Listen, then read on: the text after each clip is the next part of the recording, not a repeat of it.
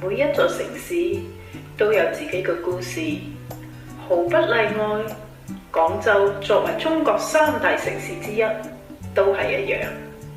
廣州，一座幾經風雨、會講故事嘅城市，有老街，有美食，有時尚，亦都有保留。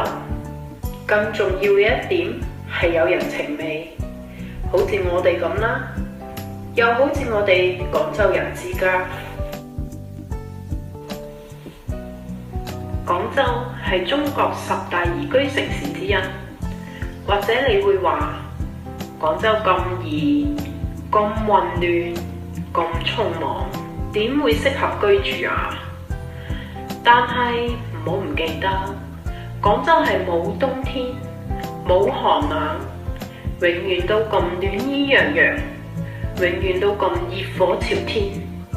廣州嘅每一條街道都係燈火輝煌、明亮耀眼。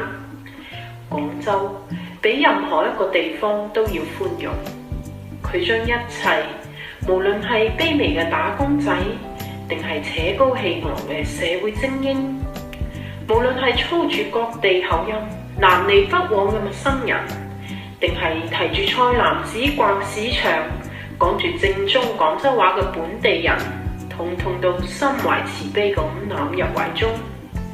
當然，仲有嗰啲人聲鼎沸嘅大排檔，喧囂熱鬧，係一整座城市嘅點綴。舊街新城，一磚一瓦都滿載咗我哋嘅點滴記憶。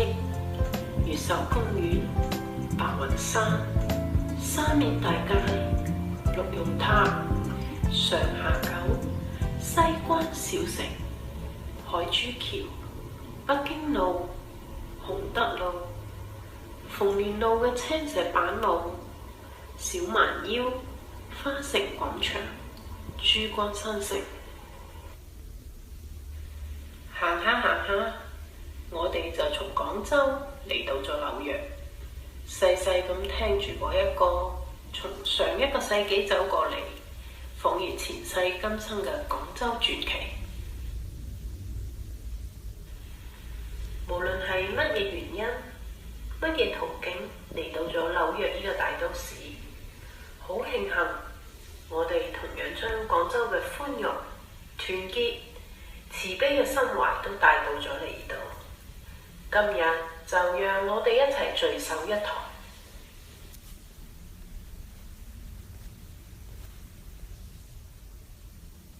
回望過去嘅一年，喺9月23號，廣州人之家喺敬賓酒樓嗰度連開咗18席，並正式宣布成立。之後都不斷參加各類型嘅社區公益活動。喺10月15號，廣州人之家參加咗費城反對暴力文化嘅示威遊行。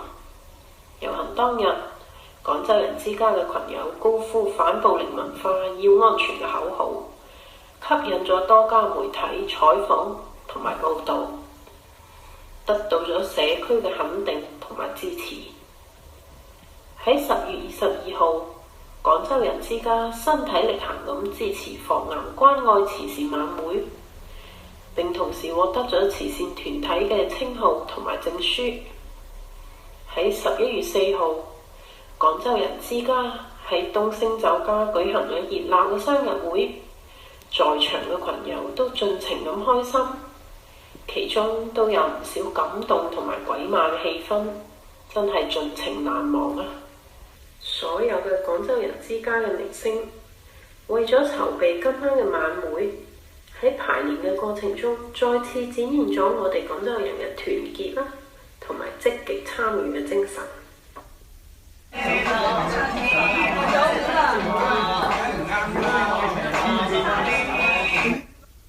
係啦，佢好，丁字步，女士們全部係丁字步，男士唔能夠離同你啦，企前啲嚟，冇錯啦係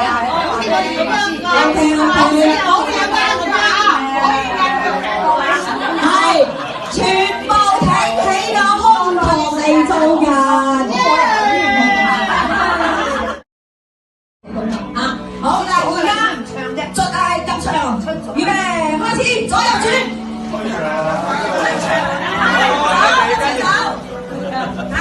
唔使，因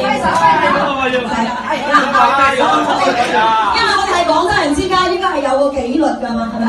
如果冇紀律真係唔掂㗎，係咪？我哋要將我哋個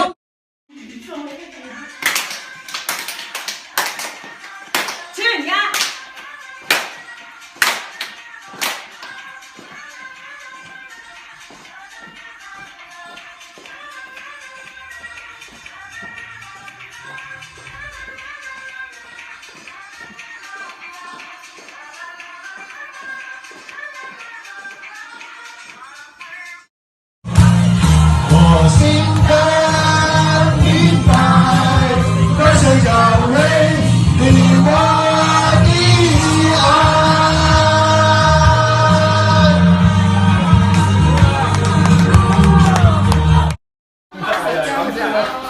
好，再去，啦啦啦啦啦。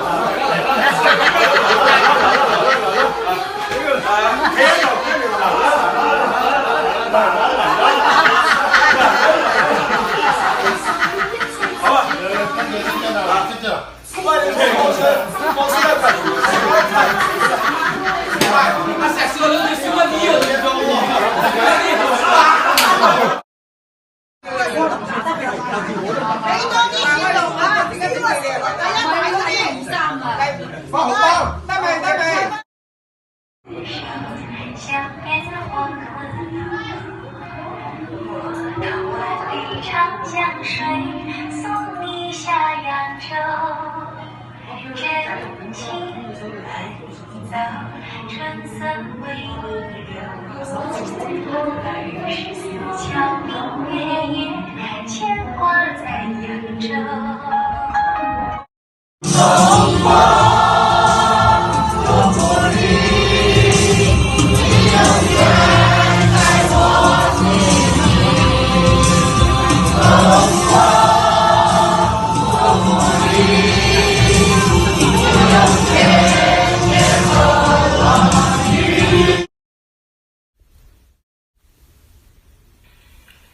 我哋廣州人之家30幾位嘅義工工作人員，為咗籌備今晚嘅晚會，真係不辭勞苦，出心出力，更加體現咗我哋廣州人無私奉獻嘅精神。正所謂贈人玫瑰，手留餘香。我哋真係好應該為我哋自己廣州人鼓掌。